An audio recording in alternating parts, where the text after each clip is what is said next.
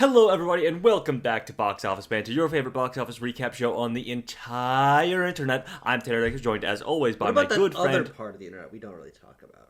There might be the dark web. There might be a box office show in there that gets a lot of views. Oh, you think so? Tucker, you think we become the number one box office show on the dark web as well? I mean, this is Tucker Hazel, by the way. It probably wouldn't be that hard, you know. my good friend, co-host, and fellow box office enthusiast. Yeah. The Tucker, intro here interrupter, today. they call me.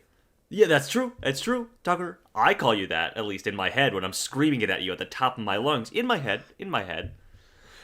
Tucker, after interrupting that intro, we should get started on talking about the April 2026 box office. A big one it was. We had a number of big hits, but also not as much smaller fare, not as much stuff in the middle or bottom. So this is gonna be a quick one with only 5 movies that we're gonna break down here. But of course, Tucker, we had CinemaCon happen last month as well, so we'll be getting into the biggest and best headlines that came out of that, as well as other our usual box office programming, checking in on the top 10s domestically and worldwide, and of course making our predictions for the opening weekends of May, the month that we're currently technically in. But it's also, the big opener for the summer movie season, though. Although, Tucker, we had a couple of movies this month that could be arguably belonging in that blockbuster range as well. Yeah, and starting off with these top 10 domestic openings, Mario Galaxy Movie and Michael were the 2 big hits of the month. 2 of the biggest openings of the year, domestically and internationally. We'll be talking about that on their specific slides. And then filling in the rest of the top 5, the drama, Lee Cronin's The Mummy, Yumi and Tuscany. Okay, maybe movies I saw trailers for, yada, yada, yada. And then we've got 5 down here filling out the rest of the top 5. I saw the poster for Normal, never a trailer. And then the rest of these 10, no poster, no trailer, no name. I mean, I'm familiar with the concept of BTS, but what's going on down here in the bottom half of the top 10? You had a sly look on your face when I was gazing at this earlier. You're like, sure. Look at this. Sure.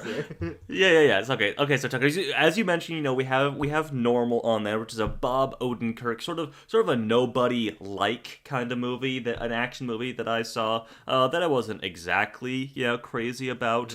But we also had, excuse me, I'm trying to pull up the April box office here just so I can get the exact naming of these things right.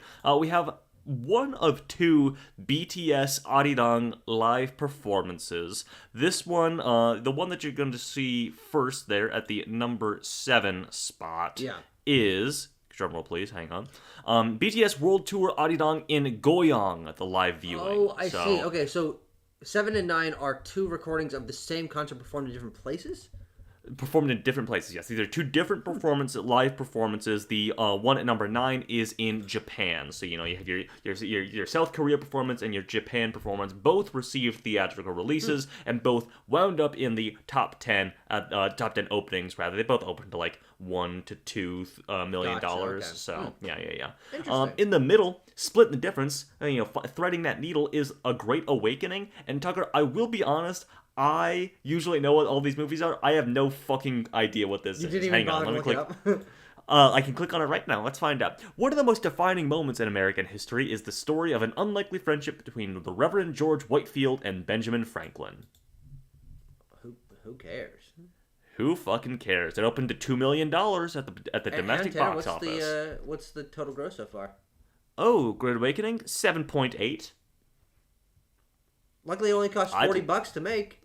I'd like $7.8 million. So would I, yes. They got the budget here? I don't think so. And number 10, there's Busboys. Busboys. Who's in Busboys? What's a vague concept? So Busboys, Tucker, you said you looked at this logo and you were like, what the fuck is Busboys? And I said, I don't know a lot. I know the 2 people in it. And you're like, but I know the 2 people in it? And I said, yeah, you might know one of them. That one is David Spade. You know David Spade. No, I'm not I'm not intimately familiar and by any stretch of the imagination, but you're not intimately familiar with David Spade? He does comedy, right? He does do comedy. He's one of the he's part of the Sandler sort of Sandlerverse. Yeah. He's in a Grown Ups and stuff like that. The other person, I'm curious if you know who this is, Tucker. Theo Vaughn? Vaguely. By name only. Sure. Sort of a stand-up comedian, podcaster, who is in this movie with David Spade, where they're Tucker, yeah, believe it or not, they're freaking bus boys. They're bus boys, and they get in a little over their head. Ba, ba, ba. Okay. I mean, it is something interesting notable about seeing, bus boys. Mario Galaxy and Michael take up so much oxygen that people just didn't really bother to release other movies. Yeah, what did Bus Boys open to? Let's find out. Bus Boys opened to $1.6 million, and it should be noted that it was an independently produced and released film. Sure. Bus Boys. You know, the production, the distributor behind Bus Boys is Bus Boys Holdings. Oh, gotcha. Okay, so they spun up a whole thing just to make this exactly. This is basically out of the pockets of Theo Vaughn and David Spade themselves. Yeah, getting this thing out there. So anyway, Tucker, we can move on and stop talking about Bus Boys. Unless you want to talk about it a little bit more, I'd be happy to engage in a little Bus Boys conversation. You don't have anything else in you, and I don't either. So oh shoot. But we made our predictions for the top 5 domestic openings last month, and we're pretty close. The only shakeup compared to the reality of the April 26th domestic openings is that we swapped The Mummy and The Drama, and they were also only $600 million apart, $800,000 apart, and so this is a really close race here. I'll give it to us. You know, this is we're basically right. Yeah, what do they have for my numbers here? Let's see. What do they have for my numbers? I had so your number one, I had Super Mario Galaxy movie, which I said would open to 180 over the long Easter weekend. It opened to less than that, and I do want to talk about that. Sure. We can get your thoughts there. And then I had Michael at 60, quite a ways off there. It opened to nearly $100 million. Lee Cronin's The Mummy, I said 20, opened to 13 or 14 or something like that. The Drama 15, pretty close. I'm gonna pat myself on the back there with the Drama opening to $14 million actually. Yeah. And then You, Me, and Tuscany, you know, I went with the double digits. I said it would get to double digits at 10 million. It opened to 7. Sure. So okay, all right. Well, you know, usually I try to like psychoanalyze you and like be like, okay, you know, what's wrong with Tanner this month? What did he get so wrong that I need to try to fix him? I don't know, man. Right. Like, you know, you overestimated Mario Galaxy. Okay, like yeah. Shoot me, you know. But shoot you? I can do that. But so I don't know. We were close. But the cinema scores and Rotten Tomatoes for the movies last month. It's funny how they're like inverted there. Look at that. Like Mario Galaxy and Michael. Yeah. Both received A- cinema scores, very solid. People like those movies in the broader audiences, but critics really did not care for either of those movies. And the only one that's sort of aligned is Lee Cronin's The Mummy, which got a C+. Quite common for Blumhouse horror, and the critics didn't really care for it too much either. So yeah, I don't know. Any thoughts on any of this? Does anything jump out here? Is it interesting to you? Let me take a look here. Not really. I mean, The Mummy, you know, we oftentimes I just like to point out that, you know, a lot of times we'll get like a horror movie with like a high cinema score or like, you know, like a B or a B- or whatever. And we're like, no, it's pretty good for a horror movie. And we're like, you know, C+ is usually what these kind of horror movies usually log. So it's good to get something that just brings down that average a little bit. Always. But you know, it is interesting what you mentioned, that, yeah, there's a little bit of an inversion going on with, you know, two movies that kind of, you know, lit film Twitter aflame a little bit with the discussion of, you know, audience reception, you know, particularly in regards to the Rotten Tomatoes audience score, which is not something that we measure here. You know, our tomatometer, patented tomatometer, is the critic score. But you know, it is interesting, as you mentioned. And then you have You, Me, and Tuscany that sort of is riding that line right between fresh and rotten right now. So yeah, you know. I do think that for me the sort of takeaway from this month was the sort of divide, and people saying, why even bother trusting critics if they're just gonna, you know, slander these movies that are just meant to be fun or whatever. And we were not particularly positive on Michael or Mario Galaxy, and so we would also be among that camp, though of course we're not, we don't contribute. We're the critics, Tucker. And you know, and it should be pointed out that we did get paid or whatever, or no, we didn't get paid. Whichever one sounds worse. That's right. Yes, that's us. But you know, it's I don't know if there's any solving this issue, because it came up twice this month, and people were consistently talking about it, and it really just comes down to people who are just casually watching a movie a month in theaters, if that, and go out with their family and don't think too seriously about it. Something that is characters they recognize and great music and flashy spectacle and stuff. That is an enjoyable movie for most people. And I have no problem with that. That makes sense as just a casual, fun 2 hours at the theaters. Michael and Mario Galaxy can definitely serve that, especially if you're big fans, as millions and millions and millions of people are in both these circumstances. They're like, it's something I love on the screen that I can experience with my family, and then talk about at work, and revisit my favorite Mario games, Mario songs, my favorite Michael Jackson albums, things like that. Like, it's a moment of cultural excitement that I think people get caught up in, and that's totally fine. The reason there's no solving it is because movie critics don't view movies that way. It is a fundamentally... Yeah, it's a fundamentally different thing of how, you know, these people engage with with film and the film industry, et cetera, and how critics engage with that. You know, as somebody points out, like, as you're pointing out, Tucker, is that, like, well, and I actually have a little data point about this on the next slide for the Mario Galaxy movie. Like, these are people who are going to the theater maybe once every other month, less than that on a lot of people's occasions. Same would go for Michael as well. And so this is a big deal. This is an event to these people. Whereas these movie critics, this is like probably maybe the second or third article they've had to like log on a movie this week or whatever. So yes, you know, they're less susceptible to being like wowed and won over by things. But Tucker, at the end of the day, that's the frickin' power of movies, baby. What, being won over? Oh no, definitely. And when I'm describing this dichotomy and I'm commenting on it, that it's not a bad thing that people watch movies that way. It's like, okay, maybe I wish maybe they were a little bit more, like, had a little bit higher standards for storytelling or whatever.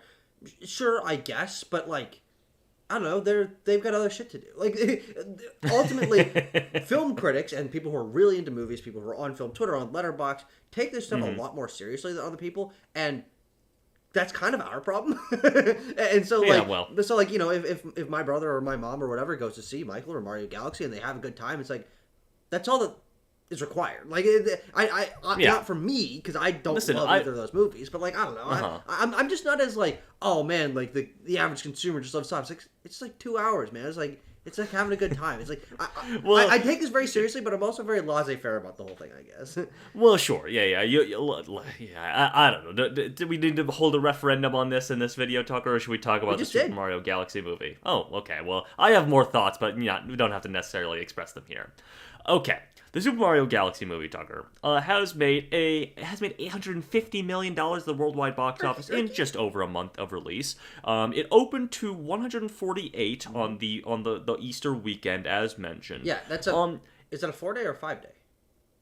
That was a 4-day, right? Okay. Yeah, because it would have been 4. Mm-hmm. Oh yeah. Oh good. No, this was a 5. This is a 5 because because the drama opened on the 3rd, of course. Mm-hmm. So, this is a 5-day weekend, and similar to the Super Mario Brothers movie from a few years ago, in 2023. And actually quite similar to a lot of Illumination releases. They like to do that holiday a couple days extra. 4th of July weekend is a good spot, for your Despicable Me's and your Minions. Is that what Minions and Monsters is this year? Yes, it is. Okay. Just I could have assumed, I just wanted to make sure. Yeah. But it's worth noting, and I want to get your thoughts on this, as mentioned, that this film opened lower than the first film, and is also sort of racking up money lower as well. You know, it's logging bigger drops. It's lagging behind. It's lagging behind in ostensibly every category, even in Rotten Tomatoes, which is kind of crazy that frankly that the Mario movie from 23 had almost a 60 on Rotten Tomatoes for critics. I'm like, oh, that's Is it too far for me to say it's actually like not that bad? No. I mean, honestly, no. A 59 on Rotten Tomatoes, that's very nearly fresh. That is just 1 point below fresh. It's kind of crazy. But yeah, I wanted to know your thoughts, because for me, to get my initial thing out there, like, I don't think this is anything that Universal has to be worried about, like diminishing returns or whatever. This is still an absolutely massive movie that will cross the $1 billion threshold or whatever for them. I just think that I think that first movie was such a phenomenon Correct. that it might be hard to match. Are you in a similar boat there? No, absolutely, yeah. And I think that this is a great parallel to what happened with Avatar: Fire and Ash a couple months ago. Is it's did not hit the heights of the first two, but also both of those movies, Avatar, Fire and Ash, and even I would say the Super Mario Bros. Movie from 23, were like a quote unquote first of their kind. Like, oh my god, it's been forever. I haven't experienced something like this ever, if slash in a very long time. And so I do think that it gets that sort of that novelty, frankly, right? And a novelty factor is something that is very difficult to recreate, especially when you're working on a couple years later time scale, as was the case with Fire and Ash and Mario Galaxy. It's just like, oh no, I saw the first one. Yeah, it was good or fine, but I'm not like Jones for another one because it hasn't been that long. And in both of those cases, I do think that from a bookkeeping perspective, they're going to look at Mario Galaxy and look at Fire and Ash and be like, okay, what do we change for next time to alleviate that sort of diminishing returns? Because I do think it is diminishing returns, not in like a aggressively negative way, but like also both those movies are massively profitable. Yes, and so it's like at the end of the day, I think it's fine. These are some of the biggest movies, frankly, ever made. I mean, this movie's probably going to near $1 billion, which very few movies do. But the interesting thing is, I think that this trend will only continue because the next Nintendo movie coming up seems to be a Donkey Kong movie in a couple of years. Yes, they just logged a date for that one in April of 28. I want to say April of 27. I think it's not next year. No, it's not next year. Oh yeah, it's not next year. It's 2028. You're right. You're right. That's not going to be as big as either of these, and so I hope they budget for it, but also even if it quote unquote only makes $400 million and it only cost $100 million to produce, that's still a profitable film. And especially in the case of Universal and Nintendo obviously having games and plushies and theme parks and all the fucking shit cereal, I'm sure. Like these for the scale of these movies are very responsibly budgeted. And so like they can continue to make incredible amounts of money even as the returns I think probably will continue to diminish. But also maybe if there's a stopgap of a Donkey Kong movie in the middle, and then Mario movie 3 Mario's is back 4 or 5 years from now, right? Then that maybe alleviates brings people back a little bit. Certainly could. I mean, it's the same thing that Illumination is. We've gone down this road before. We were on this path just about a decade in the future with the Despicable Me and Minions movies. Whereas like those movies used to make $1 billion each, or whatever, but now they make like 950, 900 each or whatever. Exactly. And you're like, well, they're not what they were, but Illumination knows this business model and will continue to beat this dead horse until it stops, being profitable for them, which seems to be a long way off at this point. That's true. Yeah. So do you have any diagnosis or thoughts, or did I basically cover it? I think you're right. Like I said, there's nothing to worry about. I think it's just a matter of the first movie really kind of lit the world on fire with like a holy shit, it's all the Mario stuff in a movie and a movie, and can you believe this? And I have to take my kids to go. My kids want to go see this 5 times or 6 times or whatever. Whereas now it's like, well, my kids have seen the Mario Galaxy movie, and maybe they wanted to go see it again with their friends or whatever, and that's about it. Like, it's just not as big as of a phenom for these family audiences anymore. It's also interesting to think about the fact that, maybe the kids go see it once, but then they can watch the Super Mario Bros. Movie at home. Because exactly. Obviously, it's available on streaming. It fills a very similar niche to watch that on streaming or whatever, Yeah, exactly. Interesting situation. But also, someone who was 6 years old when the Mario Bros. Movie came out is now 9. Like, there's also an aging up of these things. I don't know the cycle of this because I think new people have been born since then as well. Hang on, I'll get some people on that. I'll get some people on that. We popping out any wet ones. Ring ding ding. Tucker, I also put it down there because I mentioned it on the previous slide in our conversation that 62% of the opening weekend audience for the Super Mario Galaxy movie described themselves as non-frequent moviegoers. Yeah, and you said monthly, which is less than bi-monthly? once a month. Is the threshold Okay. there? Is that less than once a month is if you are a frequent moviegoer or not? And then they broke that down further into like every other month or like Okay. or longer periods in between. Because I would just frankly assume that maybe even the majority of that 62% are once every 3 months kind of people. Yeah. I mean, even like obviously I'm a very big movie person. You are as well. Mm-hmm. Our family members, like your parents, my parents, our siblings, are maybe twice a year, if that, going to theaters. Like, I'll pull my dad and brother to go with me, but like on their own, I don't know if my brother has seen a movie on his own, like of his own volition, rather than me taking with him, take him with me. Like this is just how most people operate. Exactly. And so that makes it even more impressive that this movie, again, not the hit of the first Mario animated movie, but like it's almost at $900 million. They're doing just fine. Yeah. They're doing just fine on this. All right, Tucker, let's move over to The Drama. This is a A24 film, distributed by A24, directed by Christopher Borgli. Tucker, this movie has made $100 million worldwide on a budget of 28. This is a very solid hit for A24, the fine folks over there. Has logged itself in the top 5 A24 films worldwide, and is maybe going to climb there domestically. It's at number 7 for them domestically right now. Because we've got what? We got Civil War, we got Everything Everywhere, we got what did Uncut it Gems, unseat? That's a Hereditary. great question. I don't know how to look that up. What it bumped to number 11. Hang on, let me see. No, not number 11, number 6, Tanner. Oh, to number 6. Oh, sure. Oh, I thought you would have bumped out of the top 10, but I can look at the top. Top 5. What number 6 is? Yeah, the top 5 here. Or I guess top 10, yeah. Yeah, so we're looking at worldwide. Tucker, it quite topical. Dethroned Materialists. What? Why is it topical? Because it's like a romance-themed A24 movie? Yeah, I mean, it's similar sort of... I mean, there's a lot of... When I was looking up data for this, for The Drama, there was a lot of comparisons to The Material. So it was just last year, sure. Operating in a sort of, like, differently kind of tenored romance, rom-com kind of sure. mood. Though I should say, technically, The Drama's number 4, Materialist is now number 5. And so number 6, that got bumped out of that top 5, is Talk to Me. Oh, wow.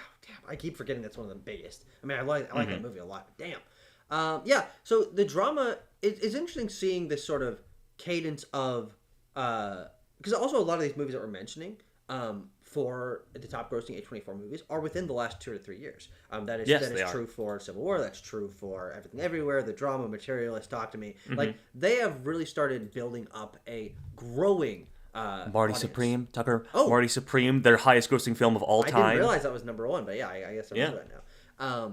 But it's kind of cool that because we've been A24 fans since 2018, 2017, whatever. Yeah, I mean, they really came on the map with a broader coalition with Hereditary, correct. Certainly, and they sort of became synonymous with that sort of prestige horror branding, and then have sort of branched out from there in the public consciousness. Yeah, and it really is working for them. I mean, we have been covering box office on a monthly basis for almost 4 years now, and we've been covering it's like okay, A24 wants to grow. They want to be bigger. They want to have IP. They want to work with bigger name people. And like at the time and over time, we've seen things like the Smashing Machine not quite work out. Like they're making these attempts, but broadly, it is actually working for them. I mean, the fact that they are continually having new highest grossing movies they've ever produced, knocking out movies every couple every 5 or 6 months, they get something that's like really a smash hit. And The Drama's part of that. And I think that what really is interesting about The Drama, and I mean, it's a movie that you and I both actually really, really like. Yeah, we liked it a lot. Is that it is the kind of it's the kind of like artier, not franchise movie that a big star might want to do to sort of express themselves a little more, explore their range a little bit more. But A24 knows how to do a marketing campaign that pulls in a broader audience than your average like awards fair movie, right? A24 often gets movies into awards, but like when we're thinking of like a Focus Features or a Searchlight or something like that, very much rarer that one of those. A24 is able to outmaneuver those studios, which are also under the umbrella of much larger studio conglomerates like Universal or what have you. I mean, speaking of CinemaCon, I mean, Warner Brothers just launched Clockwork or whatever, which is going to be a similar thing for them. But yeah, A24 is able to outmaneuver them with especially the young crowd. What do I have here? I have the audience for the drama actually skewed quite female. 68% of that opening weekend audience was female audiences, which is more than Challengers. Sort of another comp for that with a original storytelling Zendaya in the driver's seat of that one in terms of marketing. The only demographic it brought out less than when compared to like Challengers, for example, was men over 25. Otherwise, audiences with regards to women over and under 25 was a bigger or larger share for the drama. And I will say, I think that while I am praising A24 for this, I think the marketing campaign for the drama was clever. I do think that it leaned so much into wedding photography and like romance vibes that I can understand why adult men were like, this isn't for me. When the reality of what the drama actually is, I don't know, might have brought in a little bit more mature crowd, a little bit older audience if they knew that this was not just like a fluffy, like the marketing of this movie was fluffy, and I think that's kind of cool, but like that's not what the movie is. Here's the thing. If you recall, Tucker, what I had to say at the end of our last box office banter, when we were talking about our predictions, it's been haunting. I said that I could see swapping around Yumi and Tuscany and the drama, which obviously at this point it would have been a very ill-advised decision because I was so convinced. My God, yeah. I just tapped down one slide to what the total for Yumi and Tuscany is. Yeah. Oh God. Which I contended that, like, knowing what I knew in advance what the twist of the drama was because the script had, like, leaked online or whatever. Yeah. I was like, I don't know, I could see this opening weekend collapsing under word of mouth, people discovering what the movie's actually about, etc., etc. And quite the opposite. This has been kind of, like, embraced by young moviegoers, even with its, somewhat challenging subject matter and, like, disreputable characters, if you want to say that, and the movie and Borgley as the writer-director sort of challenging the audience of like, what do you think of these people? Do you think that do you think that they're overreacting, that they're underreacting? Are these people morally reprehensible? Do you like them, etc., etc.? Which are things that, in the broader consciousness, speaking about film Twitter again, is often something that is levied against Gen Z audiences specifically. I was like, oh, they don't like movies with complex protagonists. They don't like movies with unlikable protagonists or whatever. I think the drama is very interesting in that regard, that it has become an outsized success for A24. Mm-hmm. Yeah, and $28 million is a really nice budget for this. Especially when you got mid-budget two big movie stars. That definitely could have asked for more, and certainly do in most of the projects that they lead. But it just goes to show that this is like it's a creative house that puts out things that are, again, I think, very nicely balanced between being more arty, more art house, but having a commercial appeal, because they're building their own commercial appeal, and they're keeping the budgets mid-range there. And yeah, I mean, shout out to Zendaya and Robert Pattinson for just being like, I'm gonna do this. If we also want to talk about them as like movie stars, there's also something to be said about like the modern role of the movie star. I mean, Chalamet with Marty Supreme was like an announcement, certainly, that he could open a movie like that and get it to nearly $200 million worldwide. Whereas Pattinson and Zendaya, obviously, sort of, Pattinson has been around for longer. He was in Twilight, but in the current phase of his career, has sort of buoyed his role as Batman alongside like art house projects like this, and like High Life, and like all sorts of other movies. And Zendaya, obviously, in the MCU Spider-Man movies, but is also in the Dune movies, which are blockbuster fare. But then goes on to every so often, and I'd like to see her work at a higher cadence. Make a Challengers, make a the drama. You know, she make it a drama. No, I think, in my opinion, I think Zendaya is frankly, maybe the best one doing it right now, because she's able to balance this a lot, and she does work at a faster cadence of releases than even like Timothée Chalamet. I mean, like we get like one Timothée Chalamet movie a year, and like sure. sometimes it's a year and he's only in a biopic, but I mean, a completely known was a pretty big deal. But like, I guess I should have said that. I like to see her do these kinds of movies at a higher cadence. But you're right, Tyler. I mean, we had Dune, and then this year she's in 3 movies. She's in the drama. She's in Spider-Man, and she's in 4 movies. Excuse me. Yeah. Drama, Spider-Man, Odyssey, and Dune 3, and Tanner Euphoria. And Euphoria, so yeah, that's right, Tucker. That's a fantastic point. So, I'll take back my comment about, Zendaya needs to work more. Yeah. She's doing just fine. But I'd like to see, again, especially as these kinds of movies clearly work for her, I'd like to see more stuff like the drama from her, certainly. Yeah. And of course, she's both of them using their broad appeal as stars of major blockbuster series and IP to bring people out. And also, they're both just incredibly talented. I mean, and I think the drama is both of their best work. I would agree. Them both in the movie. Great, Tanner. Great fucking movie. Great movie. Love this one. Fucking movie. God damn. Yes. You mean Tuscany? Tuscany. Neither of us saw this movie. Neither of us saw this one. I did want to bring it up just because, especially in contrast to the drama, which is sort of an art house, sort of more challenging thematically kind of rom-com, if we wanted to put it under that moniker, versus You, Me, and Tuscany, which is far more straight down the middle. This is adapted from a just a light sort of romance book. Marketing was fluffy here, and as far as I know, so is the movie. Yeah, exactly. But this is not doing. It could be doing better. Certainly, on a budget of 18, it's made only 21 million so far, and this is where in week 3 or 4 of release. Mm-hmm. But it did bring out an unexpected demographic here. Young female audiences, 79%, 36% of those under the age of 35. And it's worth noting that, this film does have 2 black leads, and Regé-Jean Page and Halle Bailey, and 46% of that opening weekend was black audiences, which, was the biggest racial demographic of that opening weekend as well. So, they knew what demographic they were sort of aiming for and bringing those people out, and it seems to be pretty good. I mean, 65% on Rotten Tomatoes from critics, and A- cinema score, was just light and fluffy affair to sort of pit against as counter-programming for, the Mario movie, for example.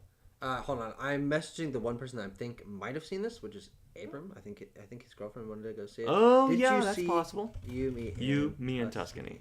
There we go. Give me your review if so. So we can get some sort of boots on the ground reporting. Exactly. Thank you, Tucker. Thank you.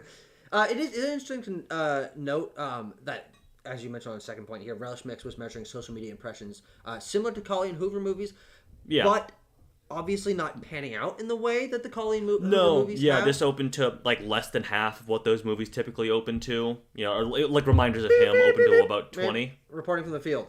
I did. Oh, well, he's back immediately. I did. He did see it.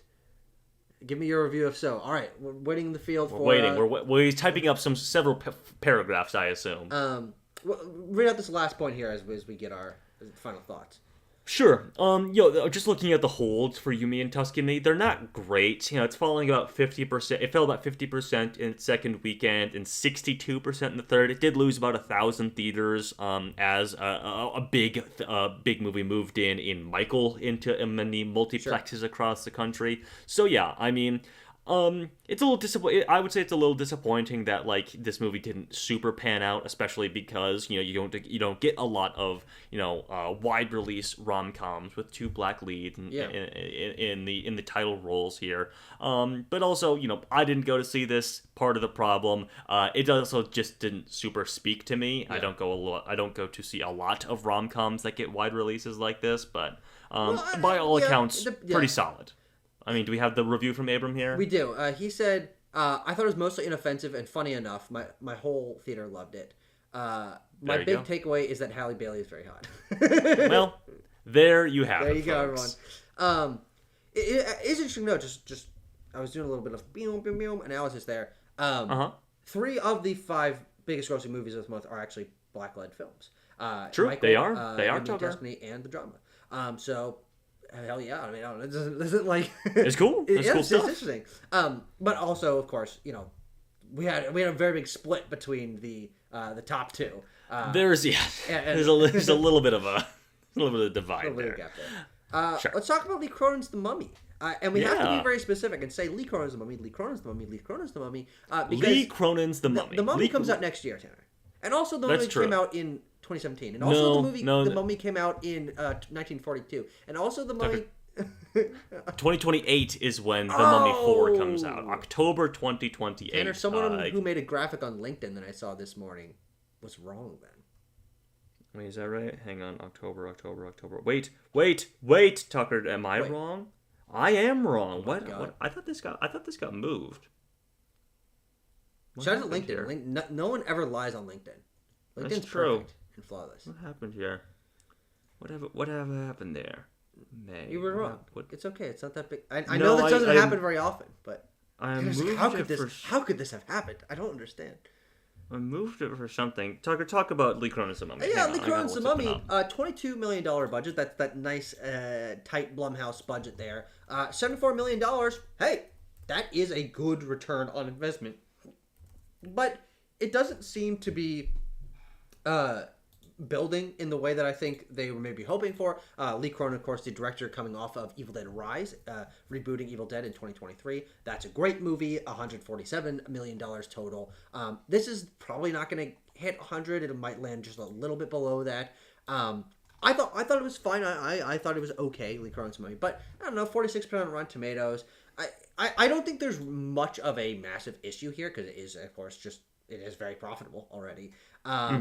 But I have a lot more respect for this movie than I think most people do, because, and as I mentioned in our review, I think it's cool to take a recognizable concept like the Universal monster movies, which have been revisited so many times. And of course, this isn't a Universal monster movie, but it's in that vein. And just give it a new spin. It's like, okay, we got the concept. And so I think that's why I found it intriguing and might prefer it over some other films. But I think it's also part of why this didn't get much bigger. Like this isn't a franchise movie, and it isn't even utilizing the iconography or tone of other movies. I think especially modern audiences associate The Mummy more with action because of the 90s trilogy of movies, and of course even the Tom Cruise one. And so this is just, it's not massive, but it's like, hey, this is a Blumhouse hit, which they they've been missing. Well, this is not Blumhouse, Tucker. Jason Blum's the producer on it. Oh, is he? Sorry. Oh, I'm so sorry. It is not a Universal movie, which is who Blumhouse usually partners with. Yes. But it's a New Line Warner Brothers release. In Blumhouse, or am I wrong with that? Oh, let's double check that. Yeah, Blumhouse production, Atomic Monster. Yeah. Oh, Tucker, I can't look up The Mummy. It's Lee Cronin's The Mummy.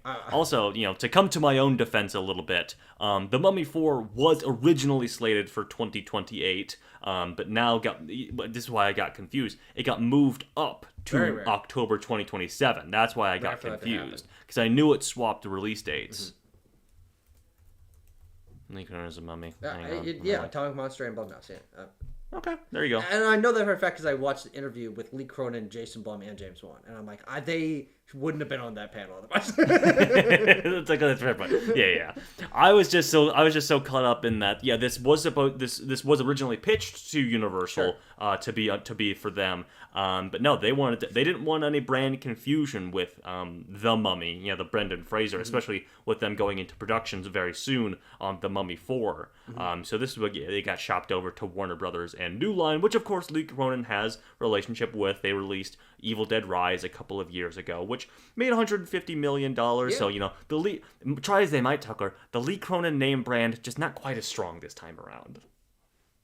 Compared to Lee Cronin's The Evil Dead Rise? Exactly. But yeah, any thoughts on Lee Cronin's Mummy? Well, it's the highest grossing non-sequel horror film of 2026. Have to throw that in there because of Scream 7, of course. We haven't had a bunch of horror hits so far. There's not been a lot. Not been a lot, especially not a lot of major studio releases. Sure. Is there anything? This month actually we have a couple of horror movies that'll be coming out that are all there's 1 or 2 neon films. We'll see how Sure. those fare. I don't know if they're going to make $75 million. But I don't know. We'll have to wait and see what can cross like this threshold, especially like the $100 million threshold, like Scream 7 did earlier this year. Yeah. Also worth pointing out again, just Hispanic and Latino moviegoers led opening weekend, making up 37% of that audience. Yeah, it's just something that we always note with horror movies, especially. I sort of theorized and tried to look into this, that maybe it's like the angle of Catholicism that a lot of like exorcism movies take. Like what was the Conjuring movies often have this thing as well. Yeah. But The Mummy, Tucker, this is a damn near a secular movie. It's interesting. I do think that it is interesting to note that is common for horror movies, but you're right, especially ones that are Catholic or Christian themed. Lee Cronin's The Mummy is much closer to that than it. Like It's true. It is basic. It feels it's basically like a possession movie. Yeah, it is ostensibly an exorcism movie. Yeah. And there is some Catholic themes of the grandma character. Sort of you're praying and stuff right. like that. I forgot about It doesn't that. necessarily play so much up in the marketing, but it Yeah. is interesting that I think that I don't know if this necessarily would be the case, but like that percentage of Hispanic moviegoers might have been smaller if it hadn't been. Yeah. Also more worth in that noting vein. to me It's just that the international number is very strong on Lee Cronin's The Mummy. It's made twice as much overseas as it has at the domestic box office. Yeah, which also might be part of the reason why we feel it's kind of soft. But then you look at $74 million again, only in about 2 weeks of release, and you're like, hey, that's actually very, very strong. Quite good. For a $22 million budget. For a film that's also not that well received with audiences here. No, the audiences. That doesn't really matter with horror movies. That's a good point. That's a fantastic point, especially when they can be lower budgeted. 22 is kind of almost on the higher end for like what a Blumhouse movie typically is. Yeah. Sure. Yeah. And Tanner, just on the point of Rotten Tomatoes, what is the audience? What's the popcometer? What do I think the audience score is for Lee Cronin's The Mummy? 67? 74. Oh, okay. The people like Lee Cronin's The Mummy. Fuck it, why not? The people on Rotten Tomatoes. Yes, well, of course. The people who care to make an account or whatever. We don't even use Rotten Tomatoes audience score. Have you ever done that? Have I ever logged my... High school Tanner, you smell like a rotten tomato. No, Tucker, because famously back in high school, you know what I used? User, yeah, I was an IMDb app user, yes. I had the IMDb account. Is there a Rotten Tomatoes app? I don't know. Gotta be. Gotta be. Let's close this out, Tanner. Michael Jackson. Instead of instead of Marco Polo.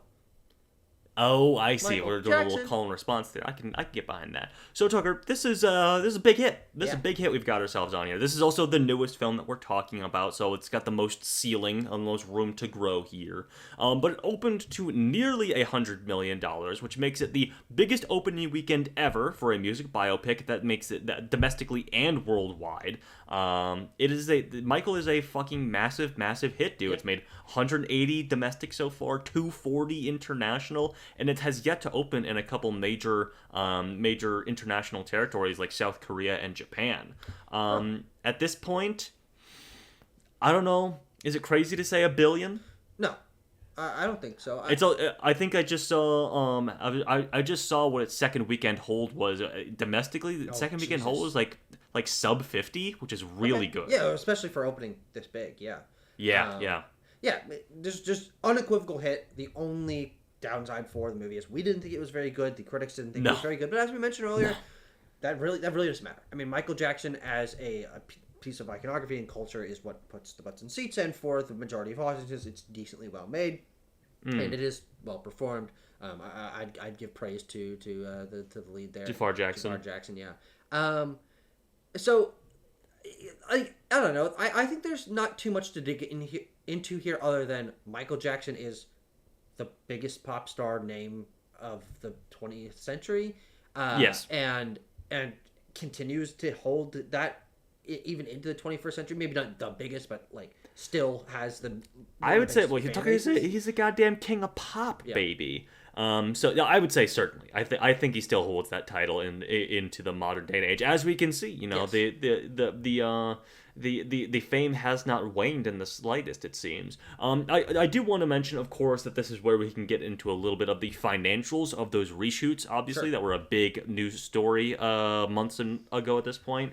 Those reshoots, to basically reshape the third act of Michael, apparently cost $50 million, which brought the total budget of Michael up to about 200, the production budget anyway. Paid off. Apparently the Exactly. Paid off, and now we're just racking up in the green. Yeah. Though I did note the marketing budget here as well. It's apparently about $50 million in the U.S. and over $100 for international marketing. So at that point they're 300, 350. They've broken even at this point. Still with that stuff. Oh yeah, no, totally, yeah. In account. And it's only been continue to like decline. Yeah, exactly. So the interesting thing about these reshoots and the way that impacts the budget. And frankly, also, I think the quality of the movie is that I think reshoots or not, quality-wise of the movie, I don't think it really would have mattered. It obviously would have cost less, and I think it still would have made the same amount of money. Like, I don't think that the reshoots increased interest. Well, that's worth noting. I mean, would the movie in its initial state, with its emphasis on the accusations, the court cases, and everything, would it have been as big of a feel-good hit kind of thing? It might have fallen off quicker, but I think it would have had the same big opening. I wonder what people would have made of that, certainly. I do think that, neither here nor there when it comes to, the broad success of the film. I think that if I had to wager a guess, I think I probably would have preferred that original film. I think part of the cutting aroundness of the version that we have now, I think you can feel a little bit of reshoot in there of, trying to rework some things. And also just, certainly. Having a little bit of extra texture and thematics of the complicated side of Michael's life, I think would have increased my appreciation for the film. But at the end of the day, it's that's how the movie was made. And yes, they're gonna make a fucking. It's doing quite well. It's doing. I mean, I think that the floor at this point is $700 million. Sure, that's probably the lowest it could possibly go. I also want to point out that this is gonna hold for so long, Tanner. Yes. You're gonna be able to see Michael in fucking July. Well, especially if you're in Japan or South Korea. Oh, well, sure. It doesn't open there until this summer. Oh, interesting. Yeah, which I don't know a whole lot, but in doing some reading, Michael Jackson, as you might expect everywhere, huge in Japan, very, very, very popular in Japan as well. The production cost, worth noting, is shared between Lionsgate, Universal, and the Jackson estate. I believe I heard that the Jackson estate actually footed the entire bill for the $50 million reshoots. Yeah, I heard that. But broadly across everything, it takes a village to finance a biopic of a very controversial figure.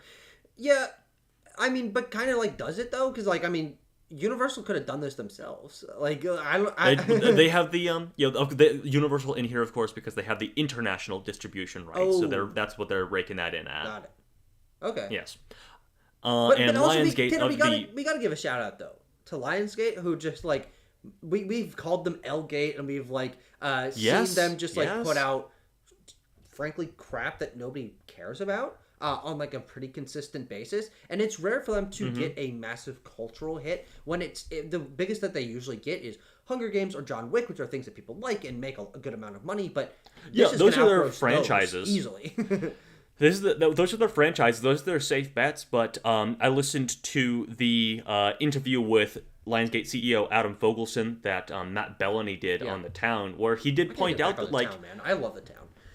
That Michael was shopped around to all your major studios, and they perhaps didn't want to go all in on it because of the inherent controversy that would happen.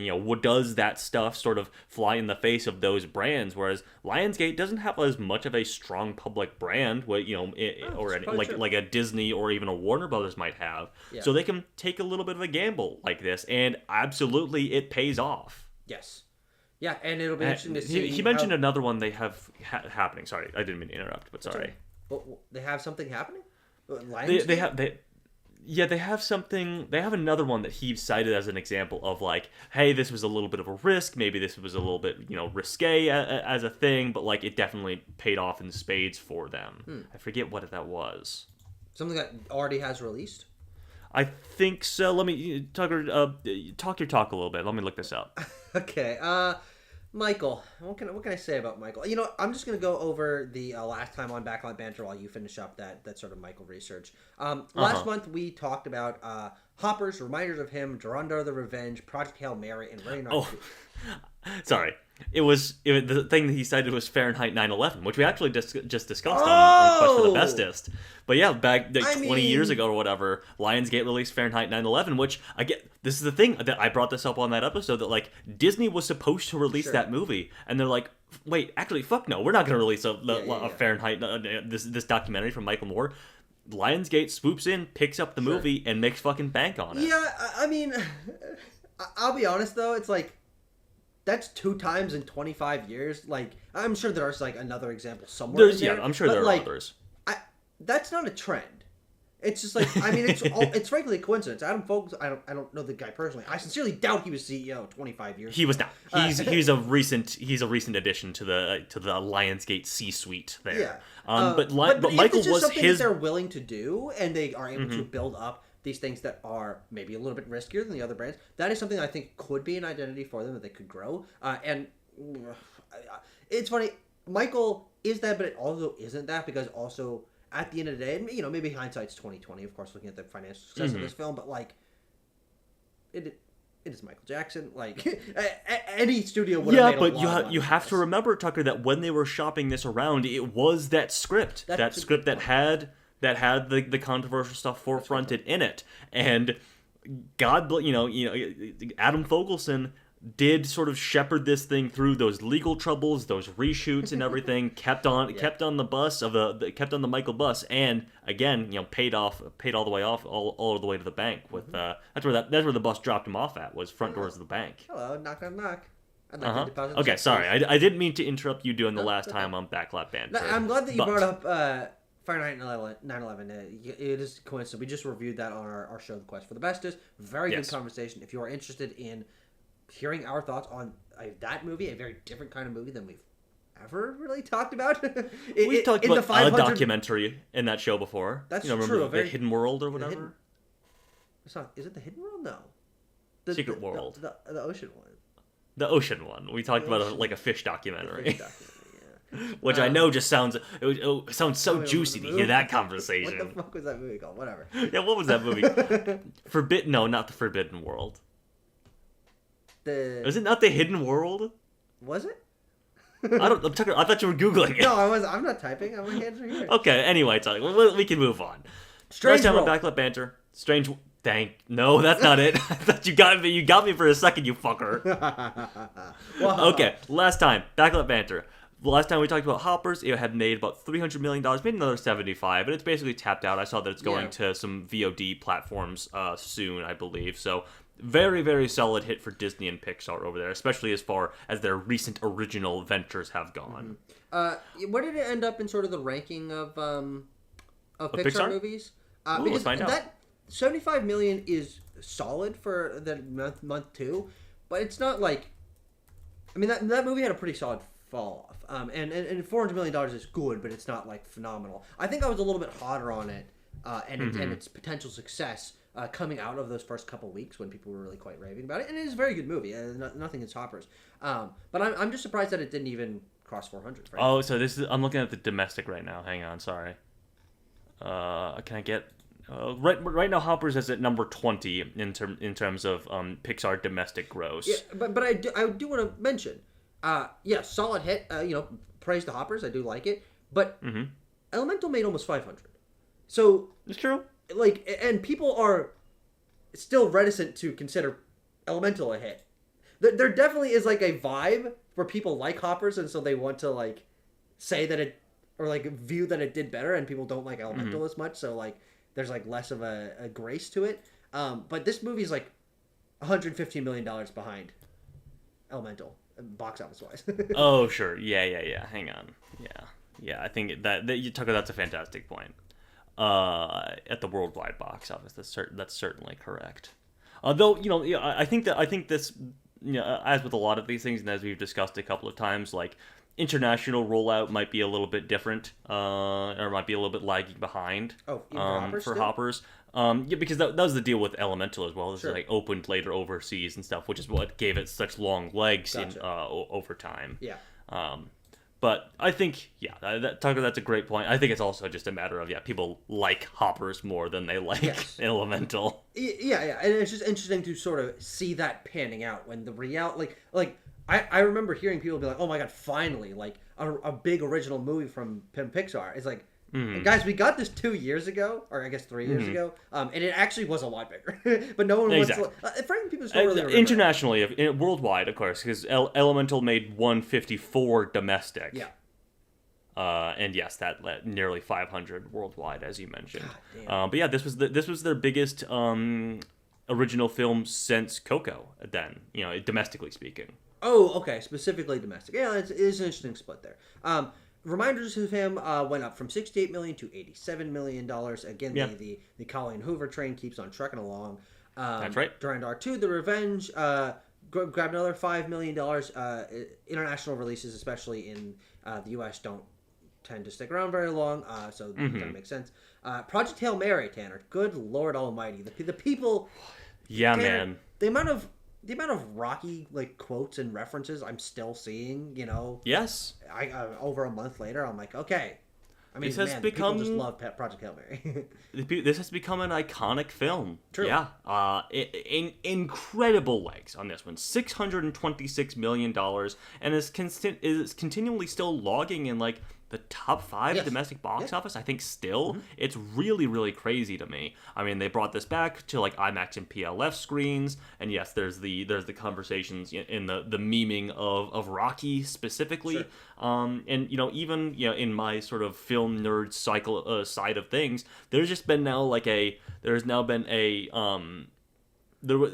I initially had some reluctance and some reticence to like say like, oh yeah, there's now 9 Best Picture slots Sure, left. sure.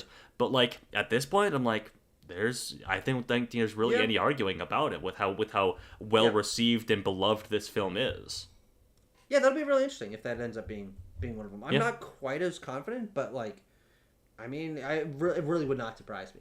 Yeah. Closing out our last time on Ready or Not 2, Here I Come, went up from $24 million to $41 million. Definitely not. Definitely one of the smaller hits from our boys over at Radio Silence, but they keep working, and I really respect them for finding this niche for themselves and continuing to put out movies that are really. Well, now good. they're gonna have a big blockbuster under their belt with Mummy 4. Oh, they're directing that? They're directing Mummy 4. That's pretty amazing, actually. Yeah. That's a scope wise, that's a huge jump for them. Oh, certainly. Good God. Certainly. Okay, well, we'll see what goes on with that. Looking back at the month and what we thought of the movies. Blah, blah. Yeah, That's that's big pretty fat rough. sousaphone fucking noise. You saw Faces of Death, which I don't really know too much about. But Michael and Mario Galaxy, as we talked about, neither of us like those movies very much. They're bright red. They're on our scores. Oh, yeah. The drama, as we mentioned, Red hot. A movie that we both really, really love. And, Yes. And some mixed stuff. You saw Mother Mary. Thought it was okay. I did. I thought it was okay. But down from last year. Yeesh, hard down. And then Tucker, 2024. Shout out 2024. 7.76. All those movies, I would say, are at least pretty good. Yeah, on that 2024 I list. think maybe for me, Monkey Man's the lowest. That's still a good movie. I would say Abigail is maybe the you're a lowest little for more me. Maybe mixed on Civil War. Yeah. Yeah, I was a little more mixed on Civil War, though. I would say time has been kind in my mind to Civil War. That I do appreciate that one a little bit more. But no, we both quite liked First Omen. I would say a quite solid horror film. Tucker, I think that's the 2 years first removed. good Omen movie in my mind. Even the first one, I don't really give a fuck.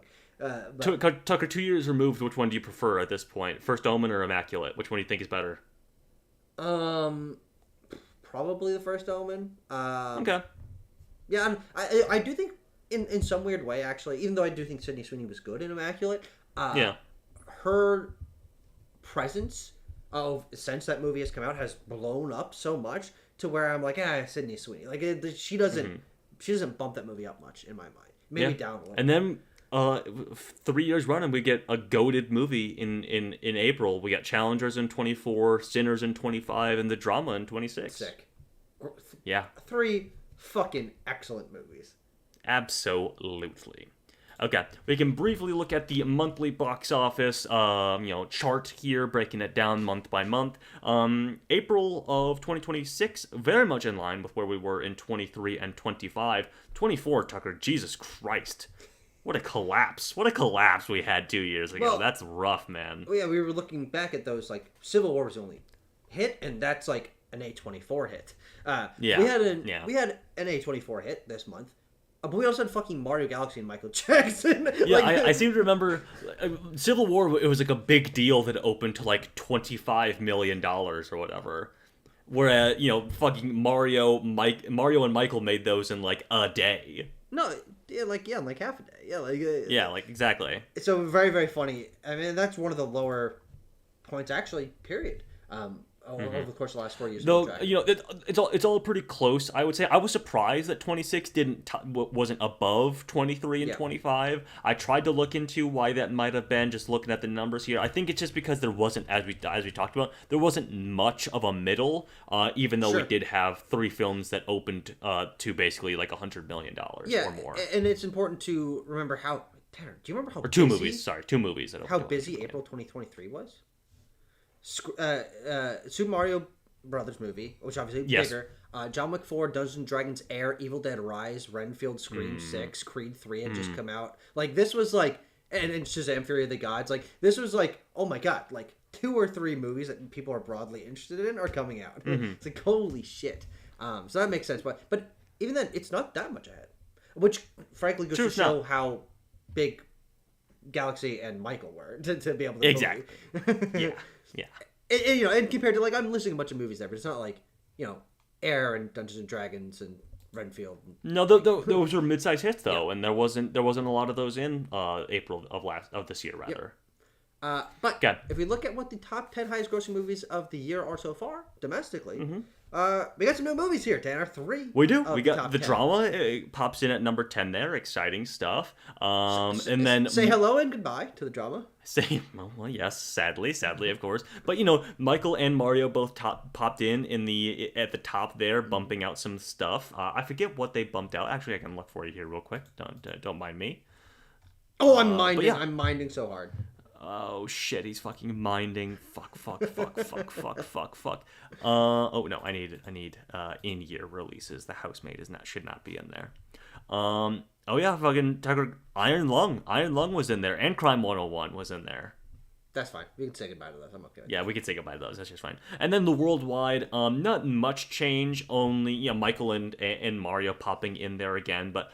Drawn to Heart of Revenge still sticking around, and then you have your other Chinese films here: Scare Out, Blades of the Guardians, Pegasus 3 now bumped down to the 3rd spot. It was number 1 for a couple of months at least, and Michael is there at number 4, and though that will continue to climb, as mentioned, Michael will probably take the number 3 spot, maybe even that number 2 spot. We'll see. Yeah, thinking about I don't know. It depends on. I mean, it depends on how big Star Wars opens. It depends on how well Devil Wears Prada holds with a month under its belt. Like, we gotta see, and we'll talk about those May releases. But first, Tucker, okay, headlines. Crack your knuckles, fucking settle in, stretch out if you need to. We got a long one to get through here. We'll try to make this, try not to get super in depth on stuff that doesn't really require it, but. We got to settle in for some CinemaCon headlines here, okay? We got a lot of stuff. So first off, I'll start where with some pre-cinema score. What the fuck am I saying? What is happening? CinemaCon headlines. CinemaCon these nuts. Thank you. Final Destination Bloodline directors. Nuts, Tanner. No. Come on. I would never. I wouldn't even think of it. I wouldn't deign. Oh, look at us deigning together. Did you know they're making a fucking Metal Gear Solid movie? Oh my god, can you believe it? They're fucking the Final Destination Bloodlines directors are gonna do it. It's for sure gonna happen this time. Oscar Isaac is still attached. Don't worry about it. No, I don't know. No, that hasn't been confirmed, I don't think. But that's been the joke for like 10 years, that Oscar Isaac is gonna play Snake or whatever. No, because he said it was gonna happen, but that's true. I don't know. We will see. Metal Gear films have been trying to happen for 20 years. So, like... Exactly. But now, video game movies have a shot in the arm. yeah. Can actually get across the finish line this time. We shall see. We shall see. I do think that now is the most confident I've been in one of these happening. I mean, there's going to be a lot, Tanner, of video game movie news here. The most I think we've ever had. Oh, yeah. There's sort of some trends here. There's 3 trends that I wanted to... You at home can keep a tally of this. Keep a tally of video game movies and keep a tally of Michael B. Jordan involved in things. That's a fun one for you. But we'll see what happens. Flying Destination Bloodlines, I think is a very good movie. And so yeah, I like that one a lot. Who the hell knows what their I don't know if that translates. Yeah. We'll see. Anyway, then I think everything from here on out is going to be CinemaCon stuff. Takashi Yamazaki will direct his first... That's the director of Godzilla Minus One, for those uninitiated. Will direct his first English language film titled Grand Gear, and that'll release in February of 2028. He's, of course, doing Godzilla Minus Zero, coming out later this year. But no, he's going over to make an English language feature, which apparently is this looks to be like a mech film. Fucking awesome. Hell yeah, dude. Jesus Christ, that's crazy. Hell yeah. February, interesting slot for that. I mean, yeah, I would agree. I think you probably could. What's the production company? Is this? Let's find out. Or this might be getting shopped around. Okay, that makes sense. I mean, it is obviously still early. Frankly, though, I will say that's a pretty tight turnaround. For the fact that he's still finishing up a movie that's coming out this year in February, early 2028. Tucker, I like it. It's Sony. Sony's releasing this one. That makes sense. Yeah, but that'll be cool. Shout out to... I am very excited. Frankly, if Zero is 75% as good as Minus One is, it'll still be one of the best movies of the year. More video game movie news, Tanner. Jacksepticeye will produce a Bloodborne animated film. Yes, rated R Bloodborne film. This is also going to be Sony. I realize that since it's CinemaCon, I broke these down basically by studio presentation. So yeah, this is another Sony film. Jacksepticeye. Yeah, he's producing. I don't know exactly what role. Tucker. I mean, you know more about Bloodborne certainly, sure. And maybe more about Jacksepticeye. Is he like a big Bloodborne guy? Oh, yeah, a massive fan, but that doesn't... Okay, sure. I don't know. Does that mean... Is he like synonymous with the brand or whatever? I wouldn't say so, but I mean, probably in his own mind, it's probably one of his favorite games. I think he's like tattoos. Like he's like committed to it. But okay. I think this is cool. I love Bloodborne. I think animated is a good direction to take it. I don't know if what that means for its potential success. Rated R animated movies struggle. It's a very difficult market, a very niche market. I think the biggest thing here that is a question mark for me is who's the animation studio? Why don't we know that yet? I mean, is this going to be like Sony Pictures Animation? I doubt it. No way. I think it's going to be like an anime studio. Sure, that's also. I mean, Sony has those. They have those connections certainly. Yeah. But that's really going to make the difference of what level of energy is this movie going to have. There's very different angles you can take. It's going to be Sony Pictures Animation, and Chris Pratt will play John Bloodborne or whatever. What the heck? I'm freaking John Bloodborne over here. Brad Bourne. It's Jason Bourne. Wait, back up a second. That sounds familiar. Now we're moving over to Paramount, which might sound odd with this first headline, that a new Longlegs movie is in development over there. This is starring Nicolas Cage and directed by Oz Perkins. It's not really clear if this is like a prequel or a sequel thing, but no, this has moved from Neon to Paramount, especially apparently because of the budget involved. Sure. This is going to be a larger budgeted film, which is interesting to me. What does that mean? Yeah. I'm curious about this. Happy to continue to see Oz Perkins growing his brand and his notoriety. If he's in control, I'm sure it'll be in the same quality range as his other films, of which he's been working at a really good clip lately. Having Nicolas Cage back is cool. Longlegs is not a movie that I thought would turn into a series, but it was a hit. We'll see. I give this the benefit of doubt. The switch from Neon to Paramount, like, what does that mean in terms of like creative control between studio and director? Who knows? But like, it is also interesting that Neon's not just gonna like pony up. Like, come on, man. It is odd to me. That's one of the highest grossing movies. Why don't you just like It's I sort don't of know, like risk it. it's sort of the movie that like kickstarted their ascent to like being a more serious sort of like contender Yeah. at the box office in terms of being a studio. I don't know. It is weird to me. I don't know if they see something percolating there that might be a bit of an issue. Maybe they want to shunt that over to Paramount with who has more resources to deal with that kind of thing. If this is going to be some sort of fucking crazy blown out thing that Perkins wants to do here, I have no clue. In a similar vein though, When Warner is Brothers. Longlegs versus the monkey?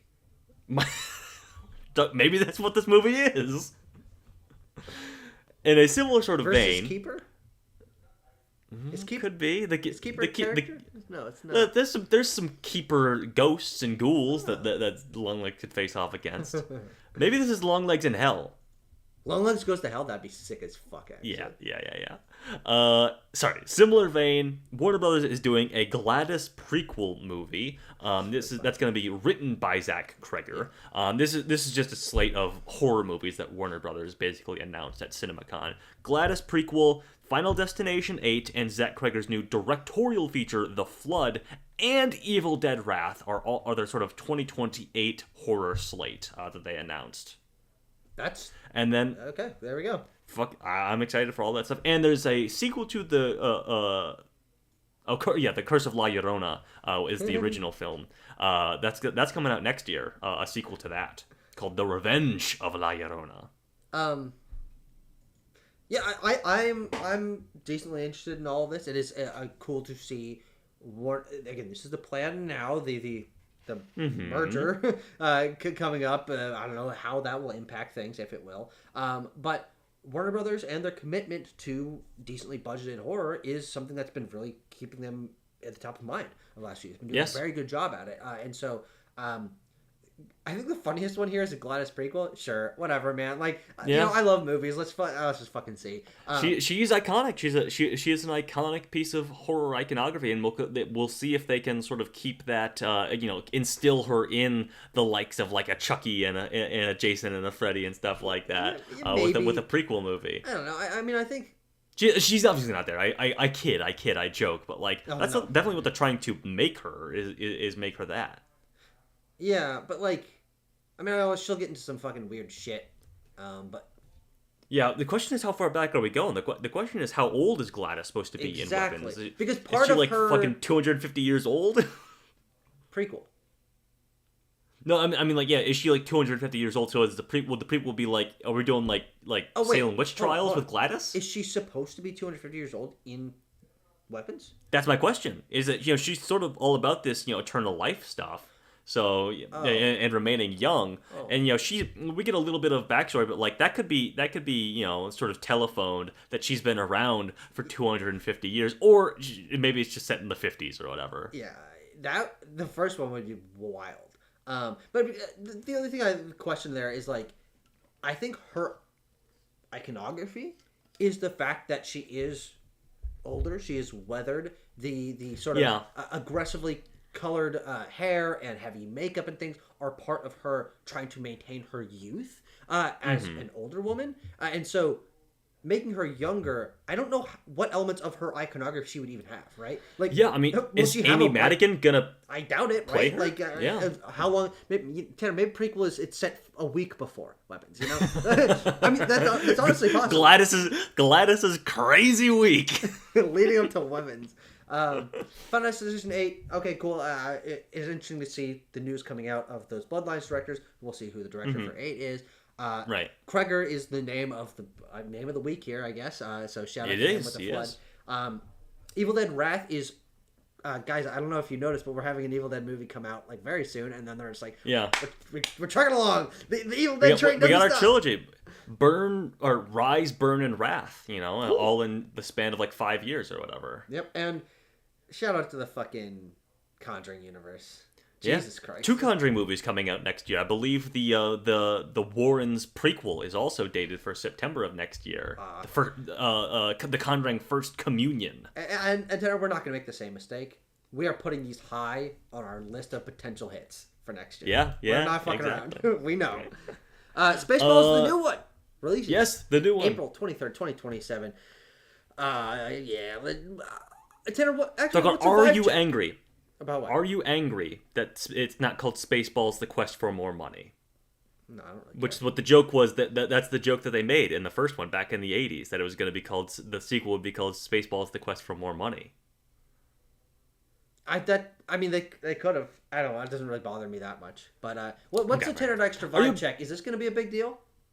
I don't think it will be a big deal. I think that there's certainly a sector of fans who will come out for this, but like, I'm also going to reserve judgment until I see what does this movie look like, is my big question. Interesting in terms of visual style and yeah, color exactly. Because like the first Spaceballs gets away with being kind of dingy because it's obviously parodying Star Wars, which the whole vibe of those movies that were very expensive was that the whole thing looked kind of dingy. But now, what is this going to look like? Especially with what's the scourge of what modern comedies look like? They look kind of flat, like they could go to streaming, etc., etc. Sure. I just don't know. But God bless them. They wheel Mel Brooks out every time they have a video update on one of these. We've not seen again. Tanner, they filmed all those in like a 6-hour thing. Oh no, they've just been. Think so? Yeah, I honestly do think that like they're not checking back in with him every couple of weeks to film a new one. Oh no.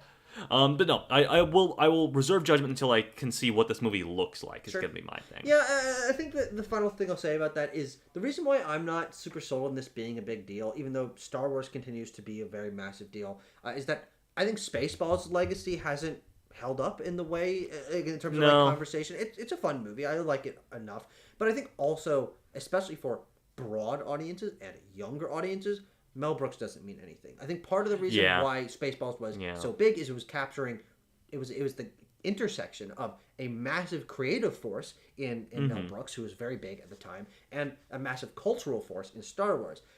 Now, both of those have waned in the intervening 40 years. But and Tucker, I was about to say, where's the love for parody movies nowadays? But we're about to get the release of Scary Movie. That's true. And like that's also a much more recent series and also a franchise unto itself, the Scary Movie series. Yeah, and also it has the ability to tap into things that are iconic for a younger generation. They're playing on Megan and Sinners and weapons and things that are terrifying. Whereas Spaceballs is going to be a lot of like inside jokes for like fans of the first one. It's like, look, I saw a description of the trailer or the footage or whatever shown. It's like, look, there's like Baby Pizza the Hut or whatever. Sure. Like we're crossing some reference points there. Tanner, Anyway, will there be a yogurt child character called Yogu? Well, that's my thing, is that they're doing Baby Pizza the Hut. Or are they also going to do Rada? Baby... Is that like a Rada thing? No, because Pizza the Hut was the Jabba thing. Yeah. But then I think they just did the math of, like a baby pizza, it's just like a little slice of pizza. And I think that might be their Baby Yoda connection. I don't really know. But Baby Yogu, Tanner. It's like Grogu I know and yogurt and Yoda. Maybe they do. Yoda. Maybe they do two babies and they're like double the babies, double the money. That's exactly the kind of joke. Yeah. Tanner, it happened. The merger is upon us.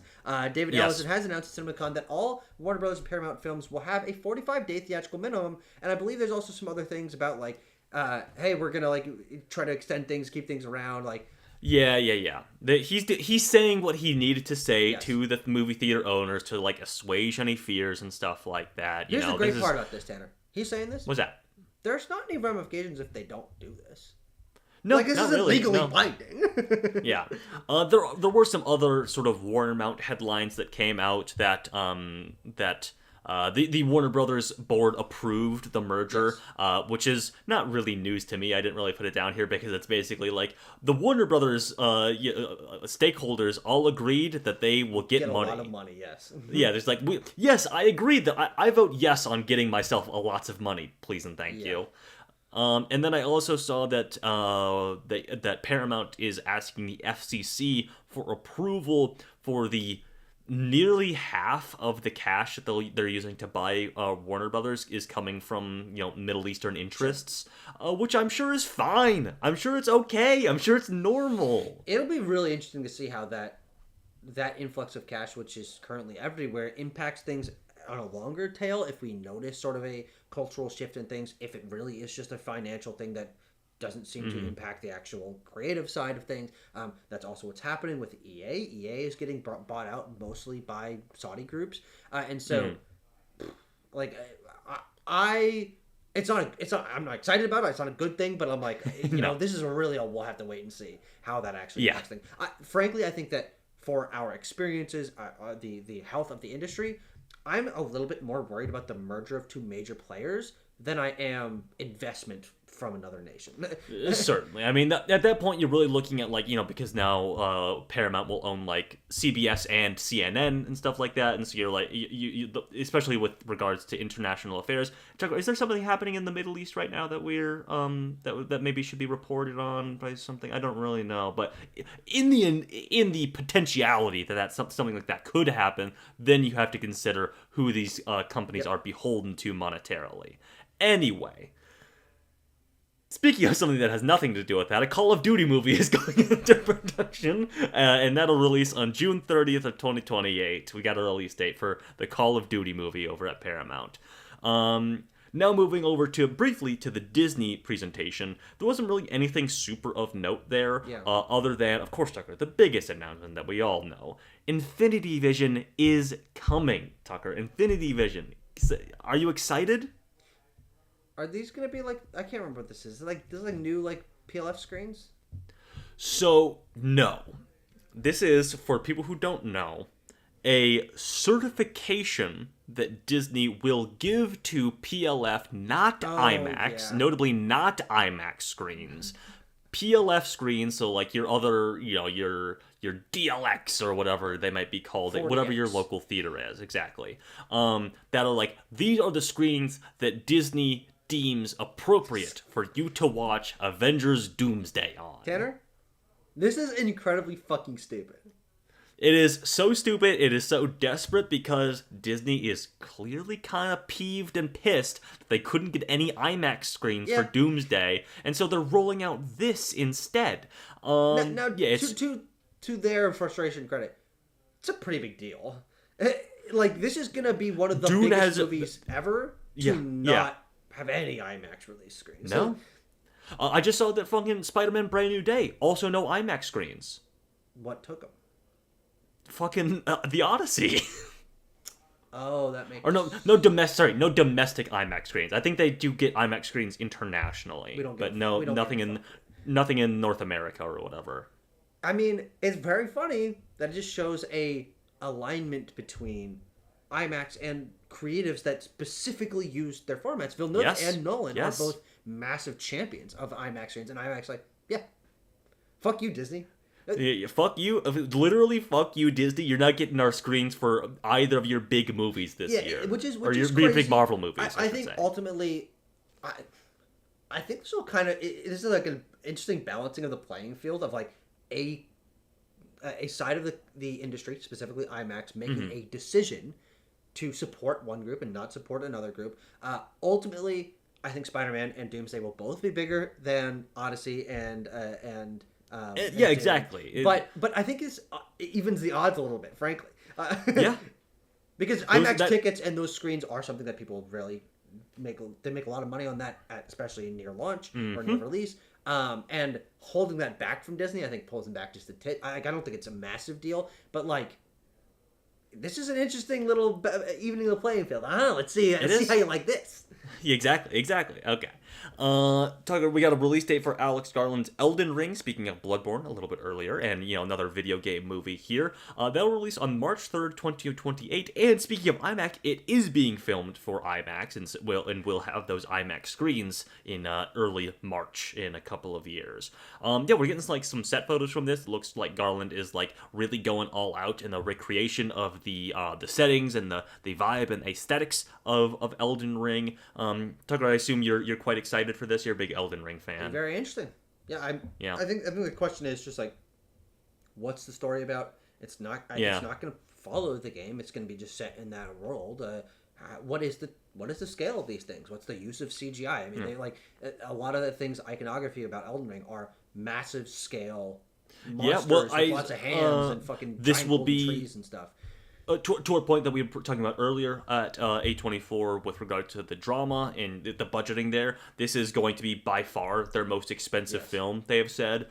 Previously, their two most expensive films were Marty Supreme and The Smashing Machine, which both had a budget of around $70 million.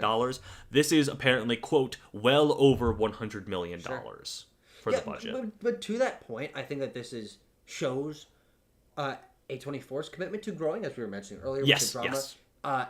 And also paints the difference between Neon and A24, where A24 is willing to take that step to be considered in the playing field of the bigger studios, because they're willing to size up their budgets. Now, of course, it's not easy to get investment for massive things. It's not easy to grow your budgets exponentially. But it does show that Neon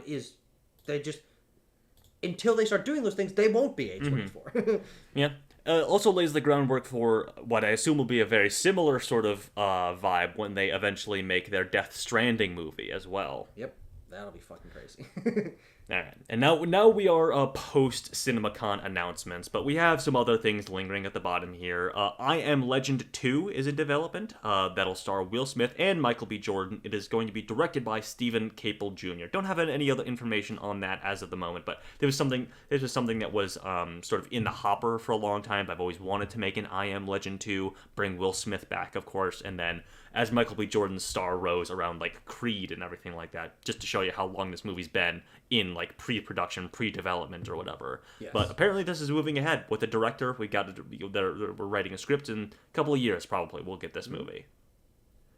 Curry Baker he's going to direct the Texas Chainsaw Massacre reboot over at A24. This was kind of a big story a year and a half ago that the film rights for Texas Chainsaw were up in the air. They were up for grabs. A24 eventually came away with them. I believe they also have the TV rights, and I think there's still like a TV show Texas Chainsaw thing happening under the eye of Glenn Powell, I believe.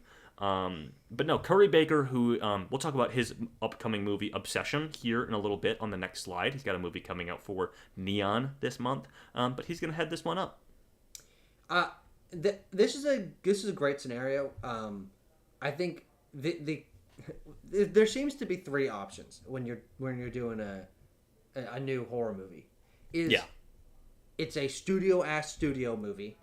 And it's like, all right, we're doing a legacy sequel, yada yada yada. Yes. And that's gonna come from a Lionsgate, or it's gonna come from a Warner Brothers or whatever, or it's gonna be fucking Blumhouse. And we know how those turn out. Sometimes there's a good one. Most of the time it's fucking Exorcist Believer or whatever bullshit. And then there's A24, and we haven't seen them take many bites at apples of things that are established IP, and we're gonna put the A24 spin on it. I think this is pretty cool. I think this is an interesting direction to take it. Texas Chainsaw, the original, is one of those like scrappy indie feeling films. Now, I think A24 has a little bit more of a polish to it than those original movies, but has a lot less of a polish, a lot less of a studio sheen to it than all the fucking Texas Chainsaw Massacre sequels, which are just like the bottom of the fucking barrel. We've got like people out like running around in like a fucking knapsack or whatever, like or a burlap sack. I don't know, man. I fucking hate those Texas Chainsaw Massacre sequels. There's so many of them. There's like multiple prequels and stupid. Fuck. But like, okay, A24 reboot, just gritty horror movie Texas Chainsaw iconography. I think that's the best case scenario, frankly. Yeah, sure. Joseph Kosinski's Miami Vice 85, which stars Michael B. Jordan and Austin Butler, will release on May 19th, 2028. This was supposed to be coming out next year. It did get delayed into 2028, mostly because Michael B. Jordan and Austin Butler, pretty busy guys. Kosinski as well, right? I mean, what's his next movie? It's this, right? What is Kosinski? It's this, right? But I feel like there was conversation. Oh, well, I think this was sort of assuaged by the Top Gun 3 like shortlisted directors that came out. But that was maybe a thing. I was like, what is he gonna do? Top Gun 3? He's got maybe an F1 sequel to do as well. Is that confirmed that he's going to do that? I think it's happening, but he's not confirmed to direct.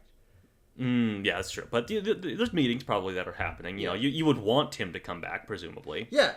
I want him to come back for Top Gun even more than fucking any of this slop. So, unfortunately, there's only so much Kosinski to go around, unfortunately. Yeah. And hey, the other TC collaborator, Christopher McQuarrie, he's gonna do a fucking Battlefield movie, which is produced and potentially starring Michael B. Jordan as well. Yeah, I think for me the takeaway from this month is seeing the success of Mario Galaxy movie, and it's like, okay, big hit game movies are it's not a fad. This is going to continue.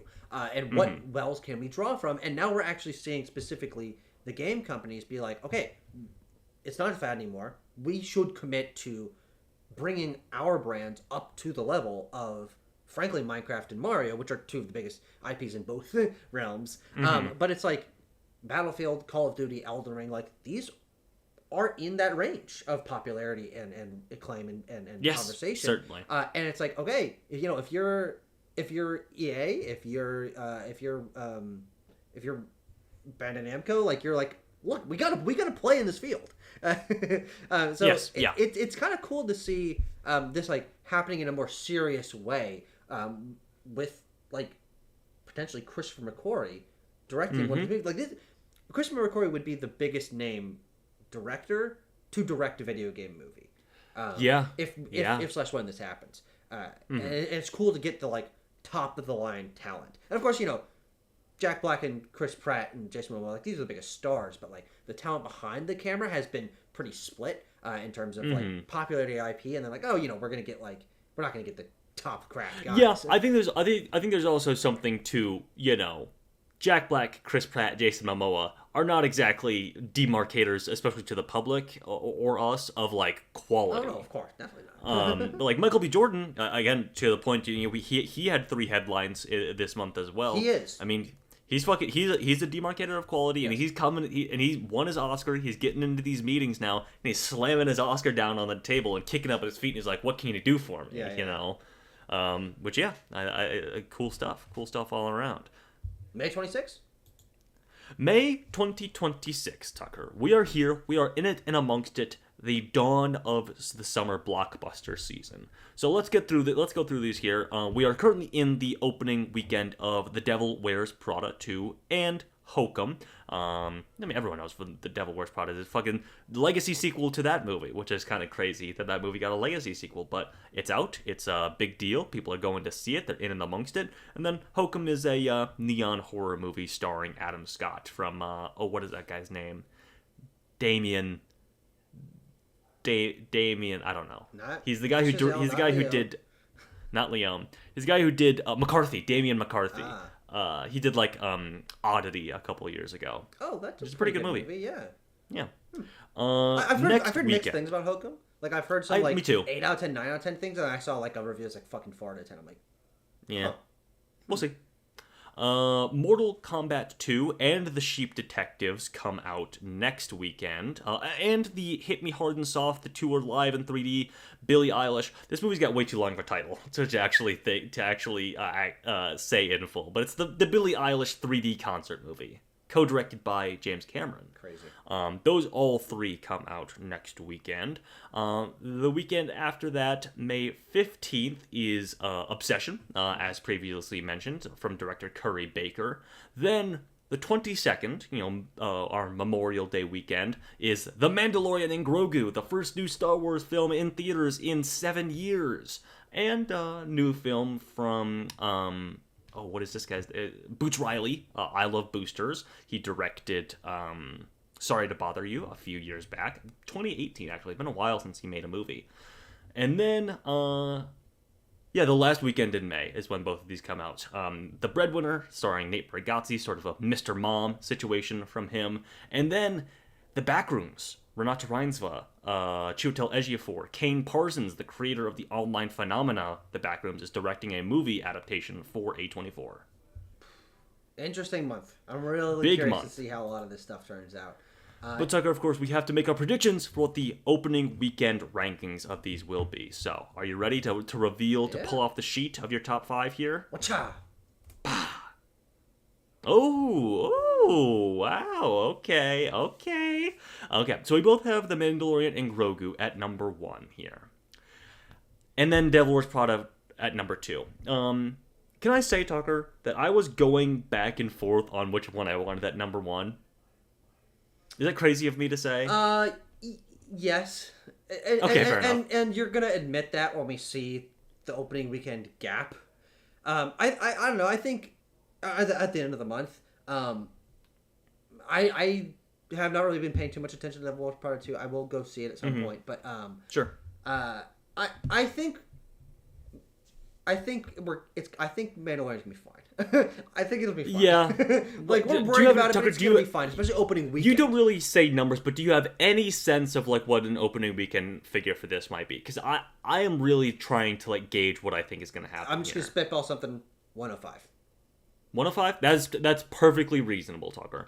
I'm gonna go 90 for Mandalorian and Grogu, because that's a holiday weekend as well. It's a Memorial Day weekend. Mm-hmm. And then Devil Wears Prada, I'm gonna say 80, which we're in the opening weekend of that right now, so we'll see how numbers settle there. Then you have the Billie Eilish tour movie at number 3, and I put Mortal Kombat at number 3. I think I'm held back on Mortal Kombat because the last one wasn't like that big of a deal. Of course, it was day and date on streaming.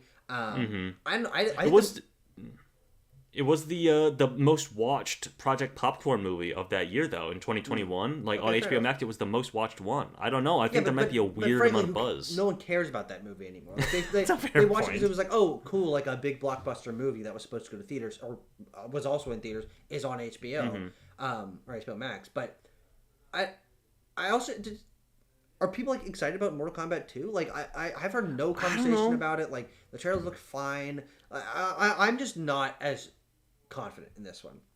Okay. I might have a little bit of buyer's remorse on Hit Me Hard and Soft. Like maybe I'd actually go like swap those two. Sure. But, that's totally fine. But I think that Billie Eilish has such a strong fan base, and the quality of James Cameron, and also we're talking specifically about opening weekend here. Like this is going to be expensive tickets, right? True. Limited event. 3D, like people are gonna. This isn't like this is gonna be around for 4 or 5 weeks. This is gonna be like very condensed event, and so I do think that bumps it up a little bit in my mind. But also, who the fuck knows? These concert movies.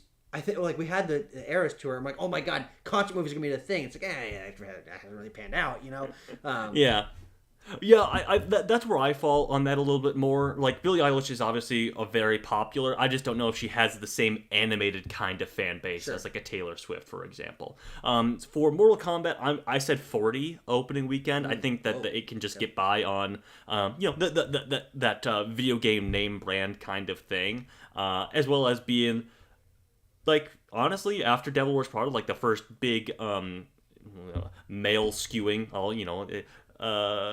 blockbuster of the summer season, for sure. So I think that'll be what that is. And then Backrooms... Actually, I'll skip Backrooms because I want to talk about it with you at the end. Hit Me Hard and Soft to have at number 5. I'm going to say, like, 15 opening weekend for that, which would be fairly solid for a concert movie. Then number 4, I have Backrooms. You have that at number 5. I think, again, this is a situation where I see the buzz and I feel the anticipation online and everything like that, and I have to like tamp down expectations that these are echo chambers, that these are fandoms that are curated and stuff like that. I still think it will be a pretty big hit. I don't know. What do I want to say for the number here, Tucker? I don't know. I think I wrote one down. For me, I don't know. Looking at the other 4 in competition, I'm like, dude, top 5 for the Backrooms movie is fucking excellent. Like no matter totally. what it gets, and so I don't know what's gonna open to. I don't want to put a number on that, but I'm happy to have it. I'm happy you're even here. You know. Yeah. Again, my number. I'm just like, am I buying too much into the hype machine? Well, okay, the online hype what's machine? the top end of your hype? Top end of my hype is I think 30 is the top end. Dude, that's way too high. What did Iron Lung open to? Not $30 million. Hang on, what did that? 17. It did 17. Opening weekend? Domestic opening for Iron Lung was 17.8. I forgot about that. And I'm like, that's a lot. It's a lot. That's a lot, Tucker. Wow. And then we got this. It's coming from A24. We got that opened marketing bigger than the push drama. behind this. Yeah, man. Oh fuck, dude! We got a major marketing push behind this. I think that the Backrooms is definitely more popular than Iron Lung. Yeah. It's I mean, Markiplier. Yeah, in the order of small fish to big fish. You got Iron Lung getting eaten by the Backrooms, getting eaten by Markiplier. Yes, correct. I mean, should I say 30? Should I say 25? What do you think I should lock in? I think 25 is a lot safer. And 25 I'll would still be say 25. excellent. I mean, Yeah. the budget for this movie can't be more than 25, right? Do we know the budget? I think I saw, no, I think I just saw something about like, them bragging about they built real sets and everything like that, which who knows how expensive that all is, but like, it's also a subject of conversation amongst the fandom. And Tucker, you know more about the Backrooms than I do. About like, are we going to be doing like CGI creatures in this? Is that what we're doing? I mean, yeah, there has to be, right? Like, there's like big fucking freaky things I don't stuck know. in the halls. Like, you get shot nothing. And what's the other option? What if it like is a nothing? guy in a fucking costume? Like, I don't know because I just know that some people who are like OG Backrooms had to like these monsters that get brought into it by the fans, it makes it all so lame and like SCP adjacent and stuff like that. if you're a Backroom fan, you're like, oh man, we're SCP adjacent. Yes, you are. You always have been. Shut the fuck up. But I think people are more like intellectually engaged by like the thematic resonance of the idea of the Backrooms rather than like, and also there's monsters in there or whatever. The thematic. Shut the fuck up. Get the fuck out of here. It's know. creepypastas on YouTube. Get the fuck out of here. I just saw a guy that was like ranking like the lore monsters of the Backrooms or whatever and saying like these ones are silly and stupid whereas these ones are kind of fun and cool. I don't know. I'll say 25 for the Backrooms, but Tucker, I don't know. No. Here's the final question. Before the movies come out, and we're a couple weeks away from release. Is this going to be our horror cultural hit of the first part of this year? Like, is this going to be like $100 million total gross? Is this our weapons? Is this our long legs? I don't know. That's a great question because like I could certainly see it breaking out to that degree, and then everybody, all the established media or whatever is like, yeah, this thing happened, and this is another feather in the cap of like the YouTube horror movement and everything like that. And it crossed over because of A24's marketing and connected with people who have no fucking clue what the Backrooms is or whatever. Like I could definitely see that happening, or I could see it, being like a not exactly a home run, but like a getting on base kind of hit, that kind of thing, or it maybe makes like $50 million or whatever, and then it's that. Yeah. Wait, $50 million total?